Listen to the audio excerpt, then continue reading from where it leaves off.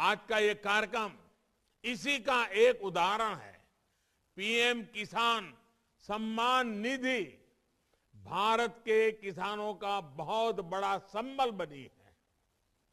हर बार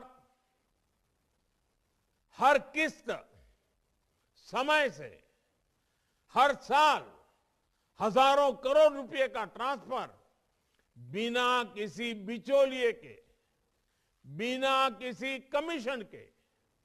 पहले कोई कल्पना भी नहीं कर सकता था कि भारत में ऐसा भी हो सकता है। आज की राशि को मिला दें तो किसान सम्मान निधि के तहत किसानों के खाते में 1,80,000 करोड़ रुपए से ज्यादा ट्रांसफर हो चुके हैं।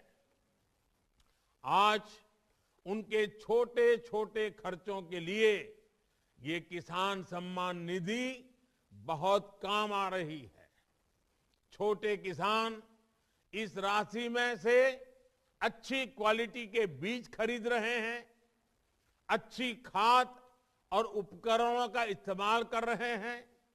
साथियों, देश के छोटे किसानों के बढ़ते हुए सामर्थ्य को संगठित रूप देने में हमारे किसान उत्पाद संगठनों एफपीओ की बड़ी भूमिका है। जो छोटा किसान पहले अलग थलग रहता था, उसके पास अब एफपीओ के रूप में 5 बड़ी शक्तियां हैं। पहली शक्ति है बेहतर बार्गेनिंग, यानी कि मोलभाव की शक्ति। आप सब जानते हैं कि जब आप अकेले खेती करते हैं तो क्या होता है, आप बीज से लेकर खाद तक सब खरीदते तो फुटकर में हैं, लेकिन बेचते थोक में हैं। इससे लागत ज्यादा बढ़ती है और मुनाफा कम होता है। लेकिन एफपीओ के जरिए ये अब तस्वीर बदल रही है।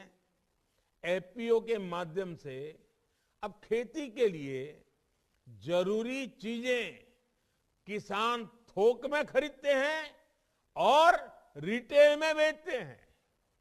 एफपीओ से जो दूसरी शक्ति किसानों को मिली है वो है बड़े स्तर पर व्यापार की। एक एफपीओ के रूप में किसान संगठित होकर काम करते हैं, लिहाजा उनके लिए संभावनाएं भी बड़ी होती है। तीसरी ताकत है इनोवेशन की। एक साथ कई किसान मिलते हैं तो उनके अनुभव भी साथ में जुड़ते हैं, जानकारी बढ़ती है, नए नए इनोवेशन के लिए रास्ता खुलता है। एफपीओ में चौथी शक्ति है रिस्क मैनेजमेंट की। एक साथ मिलकर आप चुनौतियों का बेहतर आकलन भी कर सकते हैं, उससे निपटने के रास्ते भी बना सकते हैं। और पांचवी शक्ति है बाजार के हिसाब से बदलने की क्षमता। बाजार और बाजार की डिमांड तो लगातार बदलती रहती है, लेकिन छोटे किसानों को या तो उसकी जानकारी नहीं मिलती या फिर वो बदलाव के लिए संसाधन नहीं जुटाता पाता। कभी सारे लोग एक ही फसल बो देते हैं और बाद में पता चलता है कि उसकी डिमांड ही कम हो गई। लेकिन एफपीओ में आप न केवल बाजार के हिसाब से तैयार रहते हैं, बल्कि खुद बाजार में नए उत्पाद के लिए डिमांड पैदा करने की ताकत भी रखते हैं। साथियों, एफपीओ की इसी शक्ति को समझते हुए आज हमारी सरकार ने उन्हें हर स्तर पर प्रोत्साहित कर रही है। इन एफपीओ को 15 लाख रुपए तक की मदद भी मिल रही है। इसी का नतीजा है कि आज देश में ऑर्गेनिक एफपीओ, इसके क्लस्टर्स, ऑयल सीड के क्लस्टर्स, बैम्बू क्लस्टर्स और हनी एफपीओस जैसे क्लस्टर तेजी से बढ़ रहे हैं। हमारे किसान आज वन डिस्ट्रिक्ट वन प्रोडक्ट जैसी योजनाओं का लाभ उठा रहे हैं। देश विदेश के बड़े बाजार उनके लिए खुल रहे हैं। साथियों, हमारे देश में आज भी ऐसी कई चीजों का विदेशों से आयात होता है जिनकी जरूरत देश का किसान आसानी से पूरी कर सकता है। खाद्य तेल इसका बहुत बड़ा उदाहरण है। हम विदेशों से खाद्य तेल खरीदते हैं, देश को बहुत पैसा दूसरे देशों को देना पड़ता है। ये पैसा देश के किसानों को मिले, इसलिए हमारी सरकार ने 11,000 करोड़ के बजट के साथ नेशनल पाम ऑयल मिशन शुरू किया है। साथियों, बीते साल देश ने कृषि क्षेत्र में एक के बाद एक अनेक ऐतिहासिक मुकाम हासिल किए हैं। कोरोना की चुनौतियों के बाद भी आप सबने अपनी मेहनत से देश में अन्न उत्पादन को रिकॉर्ड स्तर पर आप लोग ले जाकर के दिखाया है।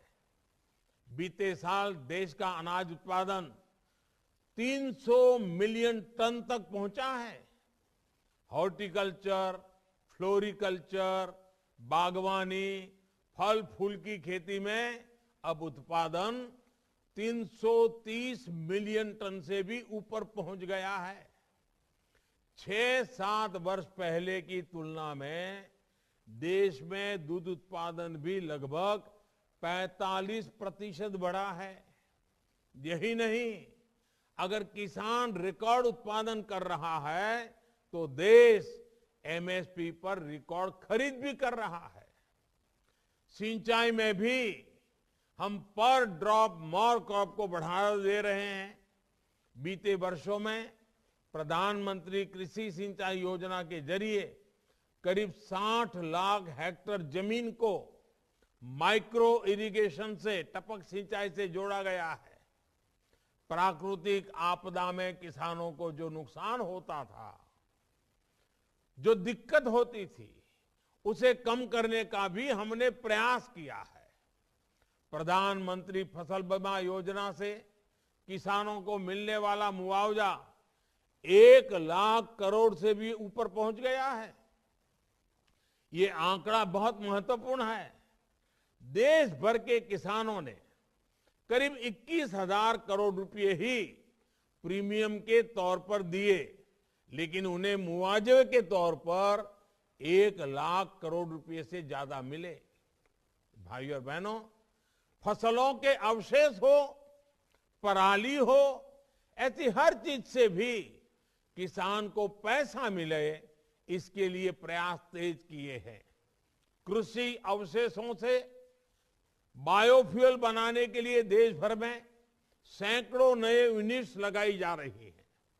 7 साल पहले जहां देश में हर साल 40 करोड़ लीटर से भी कम इथेनॉल का उत्पादन होता था, वो आज 340 करोड़ लीटर से भी अधिक हो चुका है।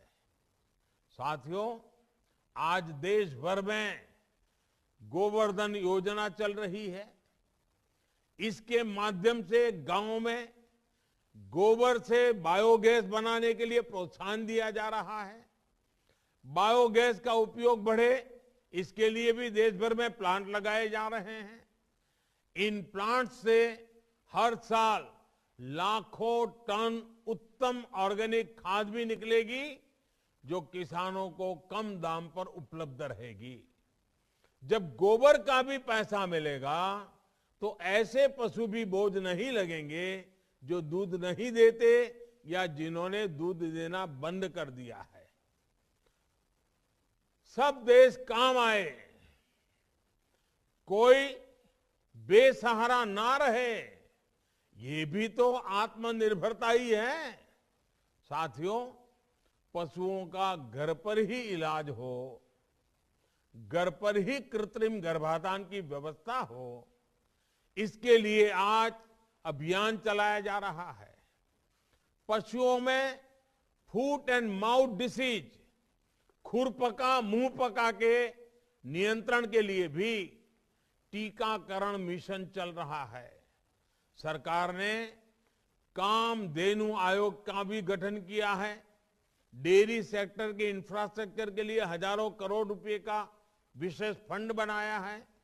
ये हमारी ही सरकार है जिसने लाखों पशुपालकों को किसान क्रेडिट कार्ड की सुविधा भी जोड़ा है। साथियों, धरती हमारी माता है और हमने देखा है कि जहां धरती माता को बचाने का प्रयास नहीं हुआ, वो जमीन बंजर हो गई। हमारी धरती को बंजर होने के बचाने का एक बड़ा तरीका है केमिकल मुक्त खेती। इसलिए बीते वर्ष में देश ने एक और दूरदर्शी प्रयास शुरू किया है। ये प्रयास है नेचुरल फार्मिंग, यानी प्राकृतिक खेती। और इसकी एक फिल्म अभी आपने देखी भी, और मैं तो चाहूंगा कि सोशल मीडिया में इस फिल्म को हर किसान तक पहुंचाइए। नेचुरल फार्मिंग से जुड़ा कितना कुछ हमने अपनी पुरानी पीढ़ियों से सीखा है। ये सही समय है जब हम अपने इस पारंपरिक ज्ञान को व्यवस्थित करें, आधुनिक तकनीक से जोड़ें। आज दुनिया में केमिकल फ्री अनाजों की भारी मांग है और काफी ऊंचे दाम पर इसके खरीदार तैयार है। इसमें लागत कम है और उत्पादन भी बेहतर रहता है, जिनसे अधिक लाभ सुनिश्चित होता है। केमिकल मुक्त होने से हमारी मिट्टी की सेहत, उपजाऊ शक्ति और खाने वालों का स्वास्थ्य भी उत्तम रहता है। मैं आज आप सभी से आग्रह करूंगा कि प्राकृतिक खेती को भी अपनी खेती से जोड़े, इस पर जोर दें। भाइयों और बहनों, नए साल का ये पहला दिन नए संकल्पों का दिन है। ये संकल्प आजादी के अमृतकाल में देश को और समर्थ और सक्षम बनाने वाले हैं। यहां से हमें इनोवेशन का, कुछ नया करने का संकल्प लेना है। खेती में तो ये नयापन आज समय की मांग है। नई फसलों, नए तौर तरीकों को अपनाने से हमें हिचकिचाना नहीं है। साफ सफाई का जो संकल्प है, उसे भी हमें भूलना नहीं है। गांव-गांव, खेत खलियान, हर जगह स्वच्छता की अलग जलती रहे, ये हमें सुनिश्चित करना है। सबसे बड़ा संकल्प है आत्मनिर्भरता का, लोकल के लिए वोकल होने का। हमें भारत में बनी चीजों को वैश्विक पहचान देनी है।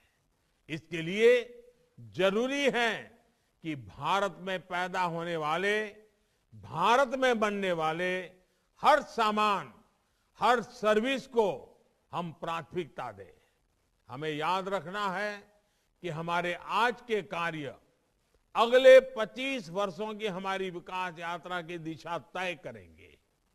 इस यात्रा में हम सभी का पसीना होगा, प्रत्येक देशवासी की मेहनत होगी। मुझे पूरा विश्वास है कि हम सभी भारत को उसकी गौरवशाली पहचान लौटाएंगे और देश को एक नई ऊंचाई देंगे। आज नए वर्ष के पहले दिन देश के करोड़ों किसानों के बैंक खातों में 20,000 करोड़ रुपए ट्रांसफर होना, ऐसा ही एक प्रयास है।